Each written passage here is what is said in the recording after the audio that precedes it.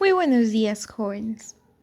Espero que cada uno de ustedes se encuentre muy bien de salud, al igual que toda su familia. Una vez más, les quiero mencionar que por favor sigan todas las indicaciones dadas por nuestro gobierno en estos momentos, ya que esto va a ayudar muchísimo a que esta pandemia no se siga propagando y además para podernos ver de aquí un corto tiempo en nuestra aula de clase. ¿Correcto? Ahora sí, vamos a aprender historia.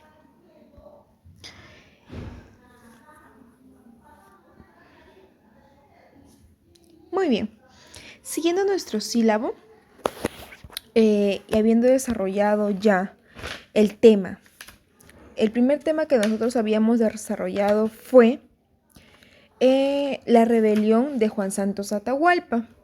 Vimos toda la rebelión, de cómo fue, qué es lo que hizo por el Perú y cuánto aportó.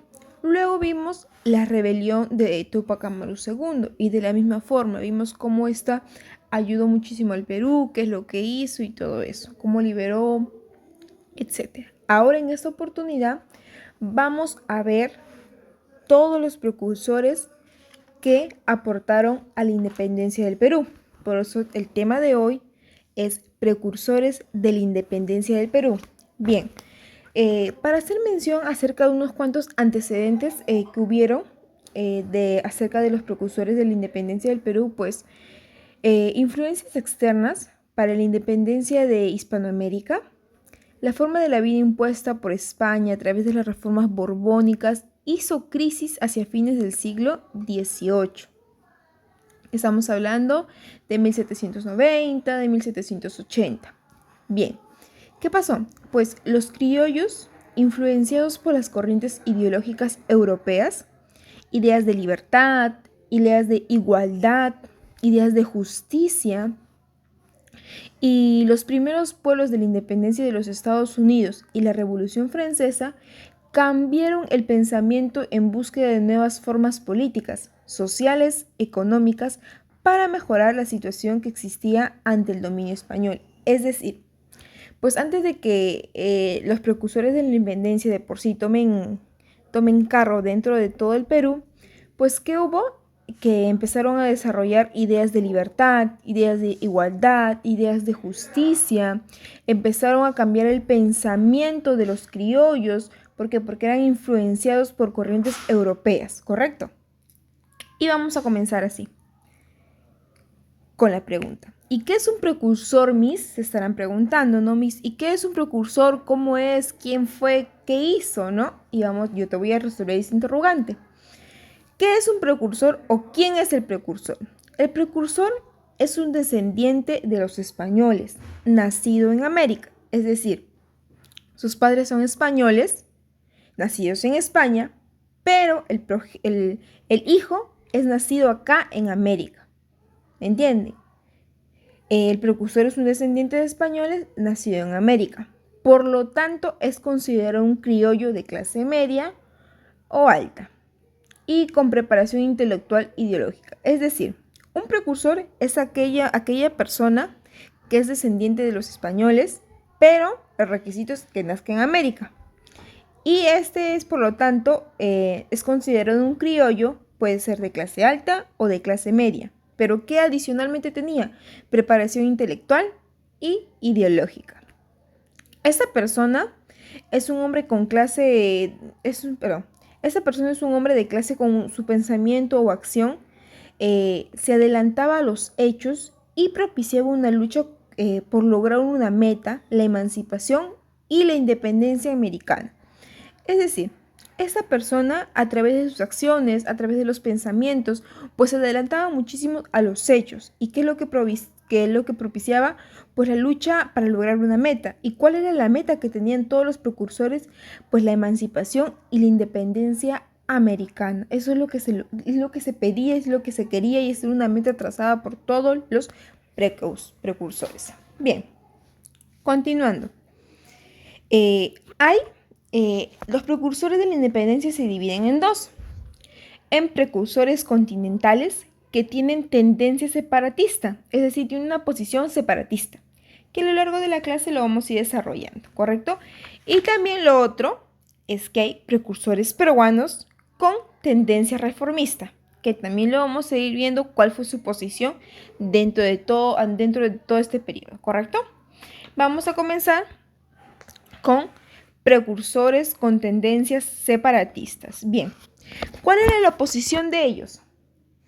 Es la expresión ideológica de los criollos no ricos del Perú, formados por comerciantes, artesanos, funcionarios de segundo nivel y profesionales liberales.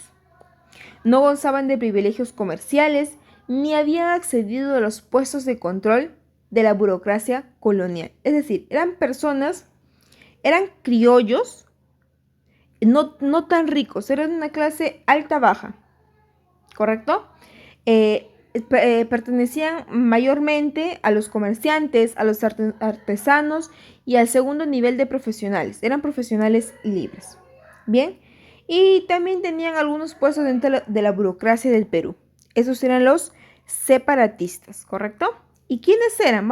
A lo largo de toda la explicación, vamos a ir desarrollando algunos de estos personajes que han ido resaltando, ¿correcto?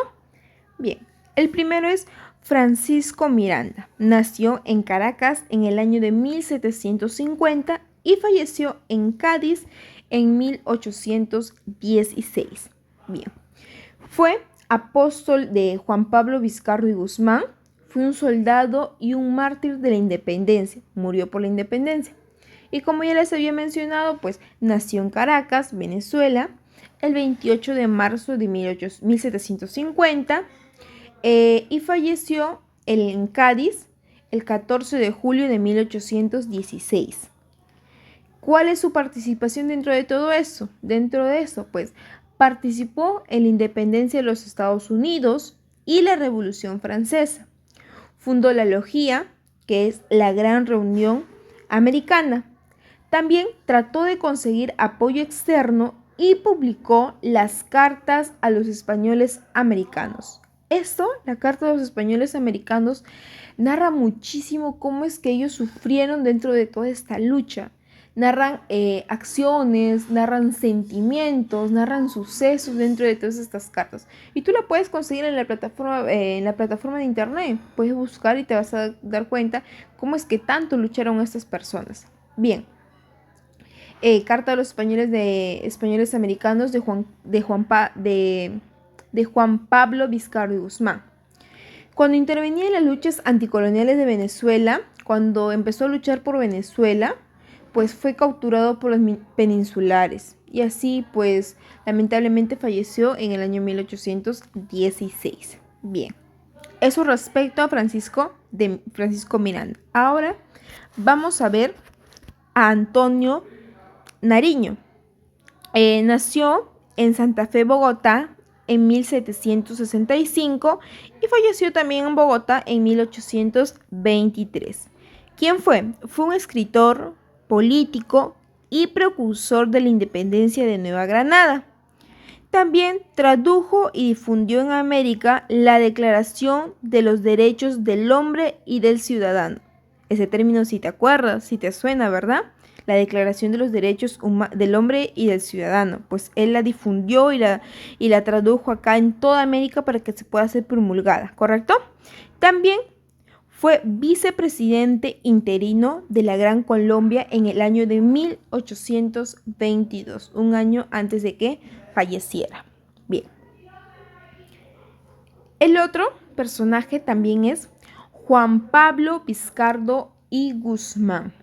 Pues nació en Arequipa en el año de 1748 y falleció en Londres en 1798. ¿Quién fue? Fue un pensador activo e influyente de la época y principal representante de las corrientes separatistas, de lo que estamos hablando, ¿no? Luego de ingresar a la Compañía de Jesús, pues realiza sus estudios eclesiásticos en Cusco, con la expulsión de los jesuitas en 1767. Luego,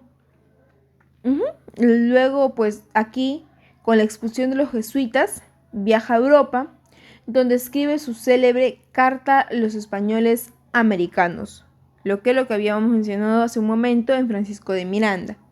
Este Carta a los españoles americanos fue un texto dirigido a los criollos de América, en el que afirma que el Nuevo Mundo es nuestra patria y la historia es nuestra. Es como les mencioné, es una historia muy, muy larga, pero narra muchísimo, cuenta muchísimo todo esto. Cómo es que se logró todo eso. Por eso se llama, ¿no?, Carta a los españoles americanos. Bien, luego también tenemos a José de la Riva Agüero. Nació en Lima el 3 de mayo de 1783 y falleció en Lima también en 1858. Bien, en su juventud estudió en España y en 1810 regresó a Lima con muchas ideas liberales, con ideas de revolución, con ideas de que el Perú tiene que ser libre, con ideas de tratar de formar una meta para que esta independencia se pueda dar. Con esas ideas él vino acá al Perú. Y luego, en 1816, escribió el Manifiesto de las 28 Causas, que explica las razones para la independencia.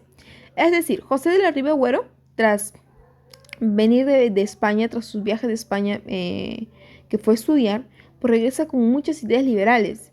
Y además, él escribió y manifestó 28 causas, no una, no dos, sino 28 causas, las cuales explicaban las razones por qué el Perú tenía que ser independiente y por qué tenía que conseguir la independencia.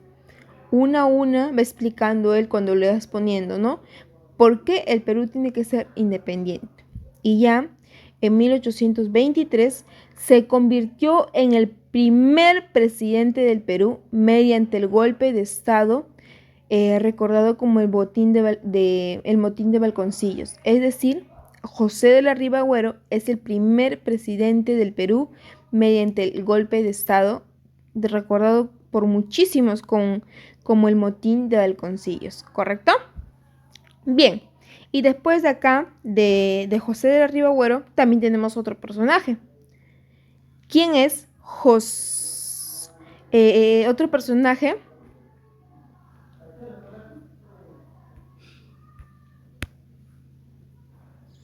Otro personaje que es José Faustino Sánchez Carrión. Nació en Huamachuco el 13 de febrero de 1787. El protectorado de San Martín, que fue de 1821 hasta 1822, atacó sus planes de monarquía desde el periódico La Abeja Republicana, en el que usó el seudónimo de Solitario del Sayán, ¿correcto? Y fue diputado del primer Congreso Constituyente y principal redactor de la primera Constitución del Perú. Bien, terminando eso, vamos a pasar a lo que ya es la tendencia reformista. Los precursores con ya tendencias reformistas. ¿Y cuál es la posición de esos? Pues eso es de la alta élite criolla, que es totalmente diferente a lo que ya habíamos visto de los separatistas, que los separatistas eran personas con bajos recursos económicos que pertenecían al linaje criollo, pero no eran tan de la élite. En cambio, los de la tendencia reformista eran de la alta élite criolla, principalmente la limeña. Fue partidaria de esta posición, pues, ¿no? Sus miembros proponían hacer reajustes en el aparato político-administrativo y seguir manteniendo las formas de explotación feudal. Creían que los peruanos podían alcanzar más derechos, progreso y bienestar sin necesidad de romper con el imperio español, básicamente, ¿no? Y vamos a ver a continuación personajes que también destacaron en cuanto a todas las tendencias reformistas. Bien. El primero es Hipólito Unanue, que nació en Arica el 13 de agosto de 1755. Estudió medicina en la mejor universidad del Perú, la Universidad San Marcos de Lima. Ya en 1790 fue miembro de la Sociedad Amantes del País. recuérdalo, amantes del país, vamos a verlo más adelante. Y adicional a ello, dirigió la revista El Mercurio Peruano. Bien, ya en 1809 estuvo al frente de una tertulia política conocida como la Conspiración de los Fernandindos. Bien, en el protectorado de don José de San Martín fue ministro de la Hacienda. También en el primer Congreso Constituyente fue diputado por Puno y en la dictadura de Bolívar fue ministro de las Relaciones Exteriores. Entre sus obras se encuentran Observaciones sobre el clima de Lima, que fue publicada en 1806, donde critica la hipótesis de que el clima americano disminuía las facultades del hombre.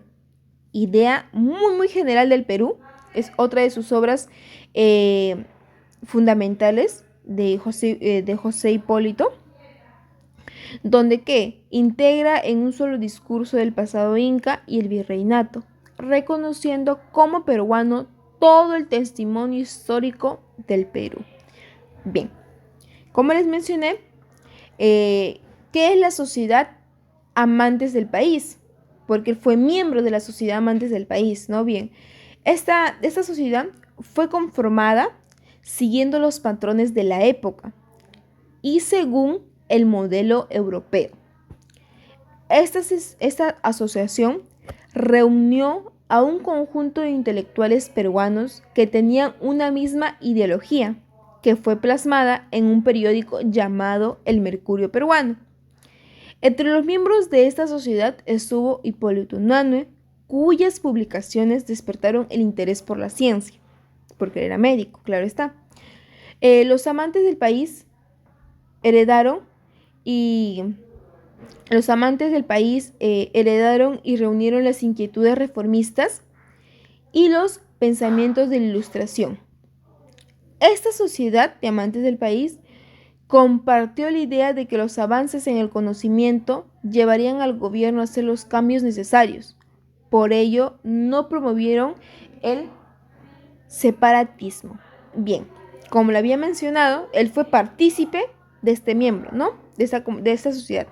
Ahora, él también dirigió la revista del Mercurio Peruano, donde se publicaba todo lo que había en las reuniones de la Sociedad Amantes del País, todo se publicaba en el Mercurio Peruano. ¿Y qué era el Mercurio Peruano?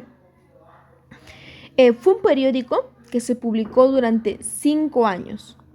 Plasmó en sus artículos desde el amor patrio, el deseo de la reforma y el pensamiento ilustrado hasta estudios científicos relacionados con el clima y la medicina, así como innumerables ensayos que iban dirigidos al conjunto de la sociedad peruana. ¿Cuál fue su función? Básicamente su función fue, como la de muchas otras publicaciones, pues vincular a los intelectuales con el pueblo, al que debían guiar en la búsqueda del conocimiento a través del uso de la razón. En sus páginas se fue desarrollando la conciencia nacional. Era el punto más importante, ¿no? Desarrollar la conciencia nacional. La conciencia del ser peruano y no del español. Ahora, el amor por la tierra donde se había nacido tenía sus orígenes en conocerla profundamente, en conocer la riqueza de su población mestiza y de todos sus recursos que había.